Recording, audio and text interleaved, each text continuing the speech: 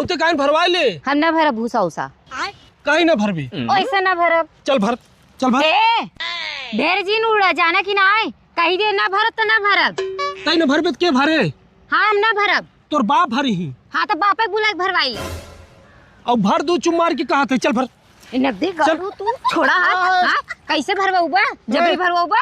ए भौजी का यार कहाँ तो हमें खेतों में झगड़ा करते हैं। अरे यार भैया बतावा, हाँ 4 दिन के बाहर आए भाई, हम अजुए बम्बई सुतरे हैं गोदाम से। अच्छा। अब बतावा हम भूसा देखा था भैया, मतलब टिया दिन हमारे घरे वाले भरे भी ना।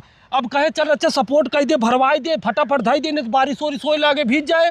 कहे तो हम भरवाबे न करब। आए भौजी हाँ दुबई से कमाए कितना पैसा लिया है न गाज के, यही ना तेन का कहा हम कुल माने जाब नदी गाड़ू नहीं थे। ए भैया देखा एक बात बताई, ई कुल हम अपने नैहरे में करे ओरे ना है जाना, और ई नदी गाड़ हमके लिया एक भूसा ढोवा बता। हाँ नैहरे पे, नैहरे तू मखमल के